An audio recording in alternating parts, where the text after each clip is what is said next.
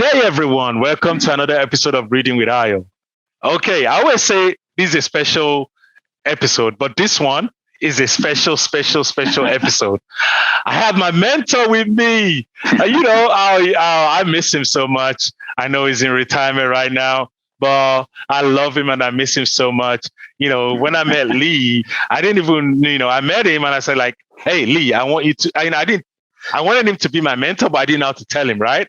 So when we meet up, I'll just see him, I'll say hi, get to know him.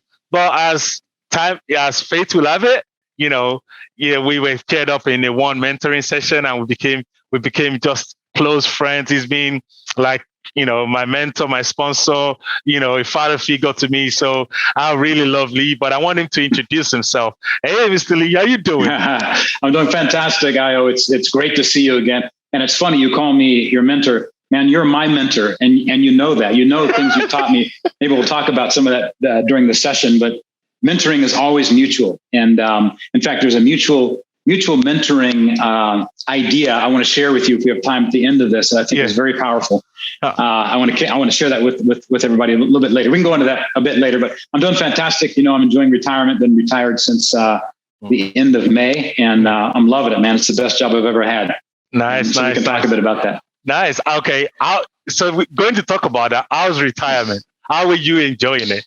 I'm loving it. So first I have to give a shout out to Chevron. You see, I'm wearing my Chevron throwback T-shirt here, right? 18 years with Chevron, where I finished my career. Loved every minute of it, particularly the last 3 years where I served, as you know, as Chief Diversity and Inclusion Officer. But, the main thing I tell people about retirement now is that I can sleep. I forgot what it was like to sleep through the night. So much on my mind. And you just get so used to that. I know there's people out there doing that right now, just waking up in the middle of the night and not being able to go back to sleep. And so the first time I did that, I guess that was about a week in, and I woke up and I said, hey, Diane, I slept through the night. And the next day I did it again and I did it again. And I was, oh my, this is fantastic. So besides sleeping, I'm playing lots of golf.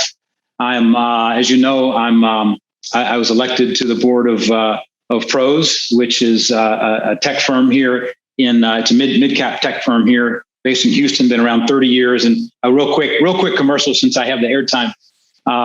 Pros is it's essentially a dynamic pricing organization. They use AI, machine learning, to create dynamic pricing for different industries. Started in the airline industry 30 years ago, and currently they provide that service to about 60% of the airline industry global. But they're in 30 different industries. Fantastic organization with a over 90% renewal rate. So people that use them again.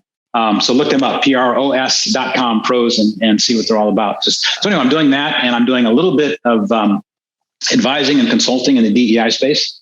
I had just a couple clients. I'm not really looking for more work in that space. These things just kind of fell into my lap, if you will, and it was an opportunity to help some folks. And so I'm doing a bit of that, but not too much, because I want to keep that balance of a little bit of work to keep the hamster running in the head, and then lots of play. And so, starting to do some traveling. Diane and I are doing a little bit of traveling. I mentioned to you in the warm up here, we want to do more than we're doing, but with Delta picking up now, we're having to ease back on that. But we have some more of that in the plans. We've done a little bit of what I'll call local traveling to San Antonio and Dallas to do some things. So it's been fantastic. But thanks for asking. I wouldn't go back to full time. Yeah, well, for us that are looking forward to that, we'll keep that in mind. I'll sleep more when I retire. There you go.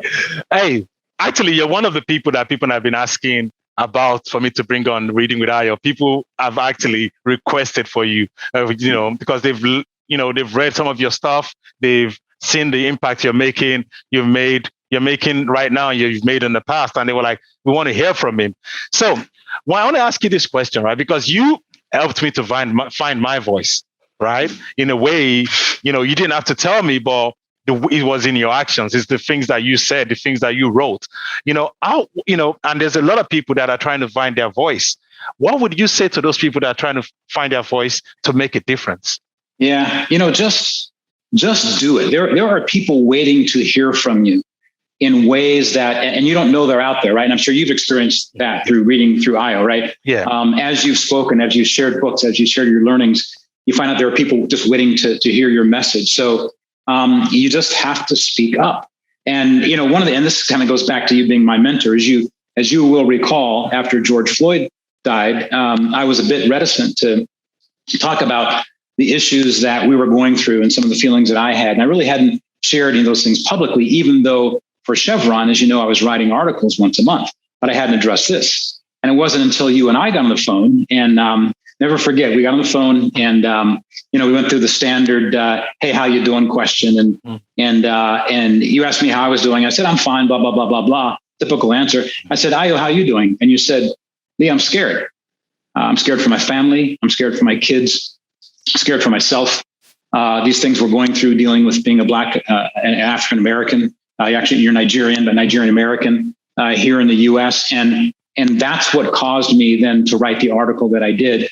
And once that article was out there, then we found there were a lot of other people waiting to say things. They had things to say, and they shared things on Workplace at Work with Us, which for those of you that don't know, excuse me, is Facebook for Work. And we use that to create communities. We use that at Chevron to do that. And so people then shared their voice. So speaking up oftentimes gives people a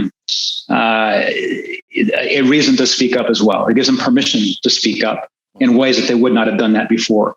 And it's funny how many times you realize that there are so many people, whether it's on this kind of a platform or in a room or in a meeting, that are thinking the same thing you're thinking and just waiting for someone to say it. And so, it's important to be heard for so many different reasons. So I'm glad I had that platform at Chevron.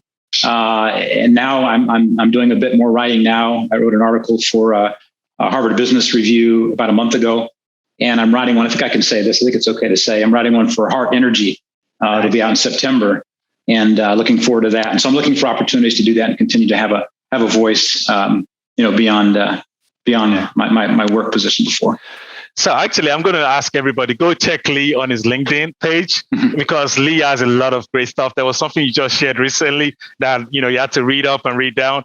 That was so interesting. I shared it on our Workplace page for Chevron, and people loved it. They were like, man, this is so great. That was so good. And you've actually inspired me to start writing.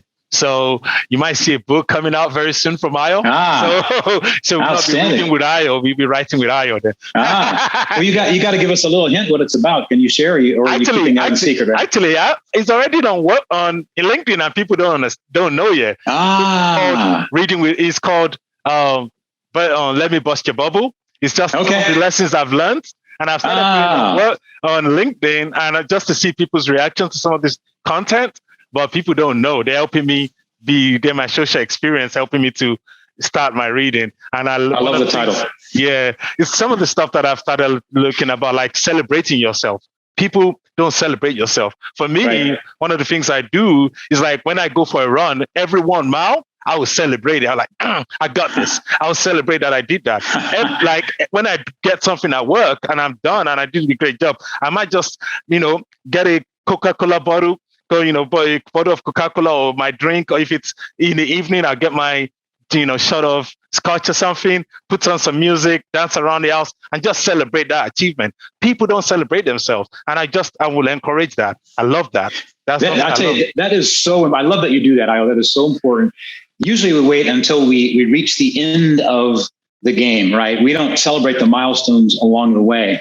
And so, you've spent all this time doing something. You have opportunities to celebrate milestones. Do that for every little thing, and think about opportunities to do that with your team, to make things memorable by celebrating them along the way.